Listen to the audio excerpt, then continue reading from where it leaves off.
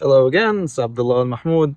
It's been a while since I've went out in a vlog like this.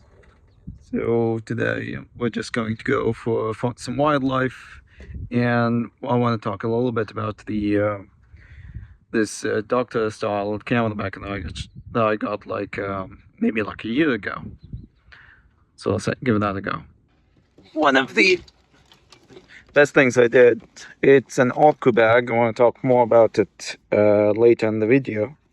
One of the biggest advantages I want is to uh, make the shoot as efficient as possible, make my shoots as efficient as possible, and have like less time on setting up. For example, I'm just like out there to film wildlife. So in this case, I'm working with single hand here, but you can see like my camera's pretty set up and has like it's. Let me show you. Working single hand is not the best. Oh my wrist. It's not the best way to go about it. And everything's kind of like pre set up, so I just have to slap that on this tripod, and I'm good to go. It has pockets for my memory cards and batteries over here, like you see them. So it's pretty much like you just pull this out and you're ready to go. It's a great quality canvas bag, and I wouldn't have it any other way. Plenty of pockets. What you need and what you don't need. Again, like the idea of a doctor style bag is you have your whole setup set up without you having to kind of like reset everything from scratch. Every time you pull up on a set, you can do that at home at your leisure and just pull this up. So today it's well, it's not today. It's like for another month. It's pretty much like wildlife and flamingo season. These little guys come over to Bahrain every winter to winter here, and they're really chill and it's fun to film. I'm really fortunate that they're so close to the shore right now. I think that's really like it's a fortune. I feel very lucky. The one thing I never really want to do, please set up, is keeping memory cards inside the slots because you see how it has a spring here, and if you're gonna keep that spring squished for an extended period of time when you don't need it to be squished, that can shorten its life eventually, and it's such a hassle to unglue this or send it for service just for this just for the what they call it, the spring. So it's not something I want to do. And the same goes for batteries. I keep my batteries out of the camera because the camera depletes. Cameras tend to, and other electronics tend to deplete the batteries. I don't like running crazy legs, just because like I think it's inefficient in general to have a crazy leg. I don't have anybody to impress here. I only care what people think about my setup. It works for me. It's efficient. It's what I need when I need it. That's all I'm here for. Okay, got my camera, got my stuff. Let's go. One of the best purchases that I made so far is getting this Sigma. What do you call it? 150 to 600. Yeah, it's a kind of mount, and this is like the only time where speed booster is actually a disadvantage. I use it with speed booster anyways. It still gets lots of range. But I want to do another video about like advantages of small sensors, especially for something like this. You really, because of the crop sensor, it gives you an additional zoom for nothing. You can really get more out of your you can really get more out of your camera and out of your resolution. It's another conversation for like another time. But right now we're here for flamingos and a good time. The weather is amazing. It is, everything is set up. I just need to take the caps off the lens. I don't find with no modern coating that you need a hood too much. If I need it, I'll put it on. Generally, I'm not a big fan of flares on this. What you get like these little flappy birds. If you can see them in the distance, these are really cool. I know what's the name, so and but it's just wildlife, so really nice. It's quite a relaxing activity and fun cinematography activity. It's true that most of what I do is narrative, and if you check out my other channel. Oh my god, touch this. If you check out my other channel, I do short films when I can, and I'm working on a feature too. You know, I just wrote to my third script, my third feature script, and couldn't feel prouder actually. I wrote two feature scripts before that, but I never really produced any of them, just because like I don't like the genre. I wrote what's that I do? Format cards and talk at the same time. But I wrote end film. So there's a lot going on, guys. So but I wrote a little romance first for 90 pages. I finished first draft, and I hated every minute of writing that, and I just couldn't bear putting up with rewrites. So I called it quits, and but you have to do things like this to find where you are. Another one is similar, kind of a drama about somebody who's trying to put a play together. It's not the newest thing, and as a filmmaker, as a creative, you can't fall back on your experiences as a person. So it's kind of crazy. But now I'm writing a thriller for psychological horror and that kind of stuff. And I feel excited about its playwright. So I feel really good about this. You gotta try a few things to find your genre. And at the same time, you're not like glued to like one thing that you just stuck to. You know, you could do multiple things, and it's important to be like varied in your life. A little bit of birds, a little bit of a narrative, and in addition to my day job as a broadcast cameraman. Yeah, well, this guy flew away. All right, we're gonna get rolling and shoot. I'll see you guys around.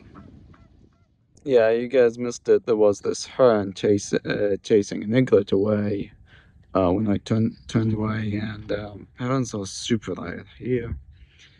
They're super rare, and they're very difficult to track because the camera shy, and they tend to run away from you when you film them. And so I couldn't just like waste time and talking when I have like you know, a rare Pokemon in the wild, if you come to think about it. But now I got what I could get out of him. He walked away, and I somehow lost him. And that's okay. You know, like there's always other birds out there. It's the best time of the year, you know, and yeah, I just want to make the best out of it, you know.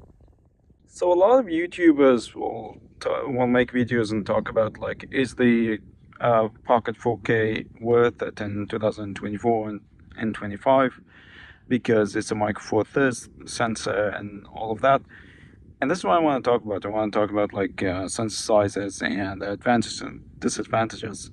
Especially the Pocket 4K. Now its price got reduced to 995 US dollars. So if you're thinking of one, that's here's as your time. So the idea is having, is a small sensor worth it or not worth it? Is the wrong question to ask. Is it, because it all depends on what are you doing, what are you planning to do. For example, like right now, like this camera shoots 4K DCI 4.6K, and this is spec that I need. It shoots a lot. That's another thing that I need. Especially the constant quality settings on B-roll. They're actually more efficient in using and giving you both quality and using your memory right than if you use ProRes or any constant. Oh man, I'm missing flamingos flying. I don't know if you see them. Then if you use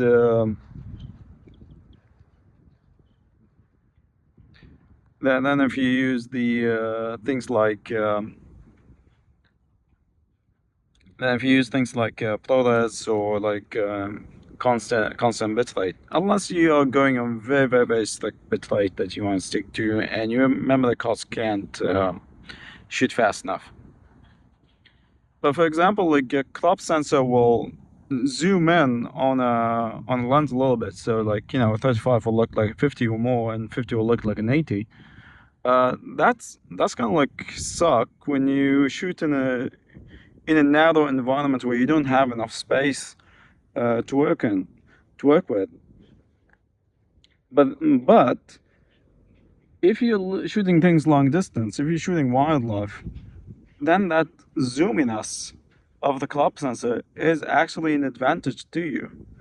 The fact that I have like a speed booster 0.771 is in a way taking away of that advantage on this, because what I want is to shoot as far in the distance as possible, to get as close as possible to the flamingos that flew away just now, and I just missed them talking to you, and that's okay. So it's always a question of what kind of image are you working on, what are you trying to do, and that will decide, like, is this worth it for you or is it not worth it? I'm a big fan of having a variety of sensor sizes at your disposal, because different things work differently for different situations. And it's part of being a photographer, filmmaker. So yeah, let me know what you think in the comments, and if you use any BlackMagic cameras, I'd love to hear your recommendations. A big old truck just came and shot all the birds, so I'm taking my camera away and gonna go to the opposite side, see if I can get better shots of some other birds, because it's a big space and there's like plenty of room for shots to go on. I'm just very grateful and happy that I got that turn. It's really hard to get these herons, and if you find one, you're lucky. You really are lucky. And if you get a good shot off them, like, you're even luckier, So let's give this a shot, see how it goes.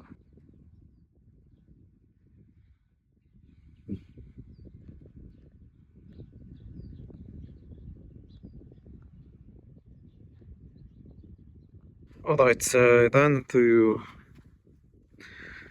2 batteries for the whole shoot, and I filled my two memory cards in there. So I think that's pretty good as far as battery life going for this. So if you have a concern about battery life, I think it's like the LPE6 ends up a pretty good bang for your buck. You still need to get a bunch of these. Like, you still need to get like a bunch of these batteries, like a Mendola. but I haven't seen, never had a problem like switching batteries mid-shoot, because I always have some in my pocket here and there. And if you have your leg where you can easily access that, you can just switch batteries. There were times when I had longer shoots, like super long shoots, where I was best was more efficient to plug it in the wall anyways, because I wasn't all. I'm pretty sure they're all like power supply items where you can plug into the wall, but you can always get your V-mount. If you want a V-mount, you want a V-mount. So there's always that. Legs are killing me because I have to squat like this every time I'm working to be on level. It's it's a better angle.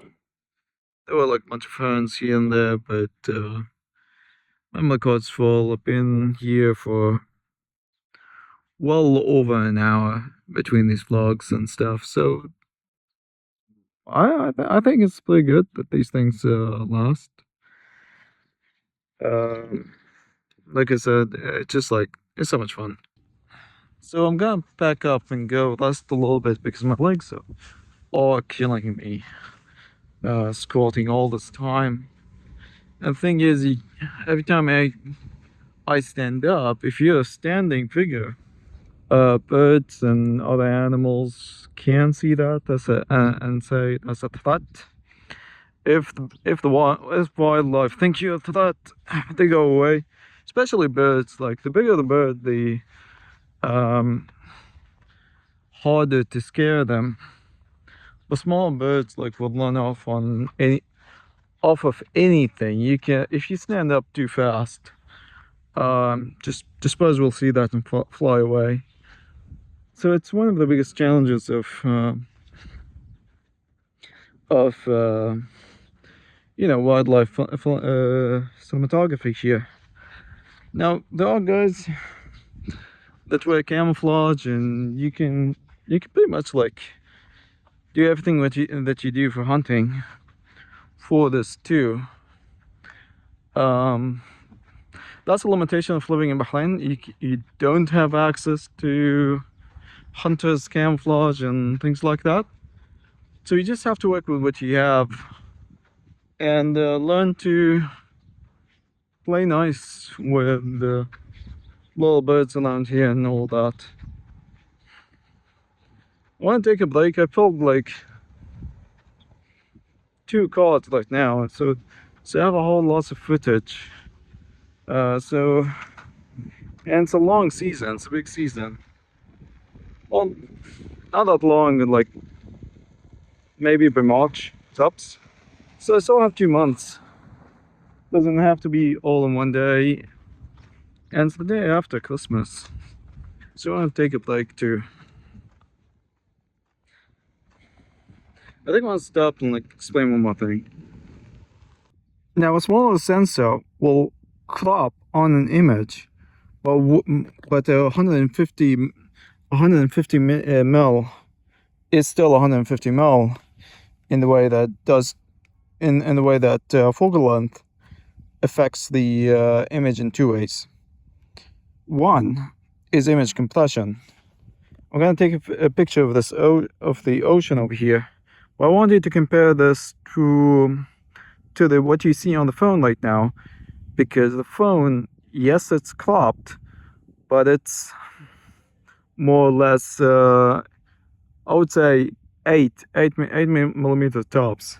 So if I zoom in a little bit, depending on what the metadata says, I'm gonna post it on the lower thirds here. But I want you to look at this and notice how far the background is from the foreground. And then when you compare it with the other lens that's really is filming with a longer lens, you can see that the longer your focal length is, the closer the background element and the bigger it looks. It's in a way it's just, you can argue it's distortion, and you can argue that, well, this is what you see with your eyes, but at the same time you see out of two eyes and the camera sees out of one. So I think it's important to compare a little bit. How does the background comes closer depending on what focal length you have. Using a speed booster will expand, or like focal reducers, the ones that you mount on the front of your camera, will expand your angle of view and give you a wider angle than you had before, but they don't affect lens compression, and this is something that you can use to your advantage or disadvantage depending on what you're doing as a cinematographer. It all comes down to what are you trying to achieve and what kind of image that you would like. A bigger sensor will allow you to use longer focal lengths to achieve wider angles of view, bringing the image and bringing the background closer to your subject, and shrinking the, say, z-axis space in your image. If you look at Ansel Adams' work, and landscapes, I think that's one of the things that made it magical, is how he dedicated his life to large format in 8x10s. And if you can think of it in terms of sensor, that's a massive sensor that he spent most of his career working with. On the opposite side, if you check out Super 16 films, I think I don't remember which Orson Welles film right now that uses it, but pretty much shot on, like, I think Super 16 or something like that in black and white, and it's something that you want to have a look at because it really takes a full advantage of using a tiny film sensor or film even, and taking advantage of using like super small angles of view, super small focal lengths, to make space look spacier, to make the z-axis, the z distances between objects a lot more exaggerated. If you look even on the phone over here, I'm shooting on an iPhone 11, and you can see how pronounced distances are between me, my car, and the little corridor in the end. You can't achieve that with, I mean, in a way you can somewhat achieve it with full frame. It's harder. So it depends on what image are you trying to use. What type of image are you trying to create? You pick your lenses and your sensor size. So is Micro Four Thirds worth it in 2024 and 5? That's an irrelevant question. The relevant question is, what are you trying to do with the image, and how do you want it to look like? All right, I'll see you.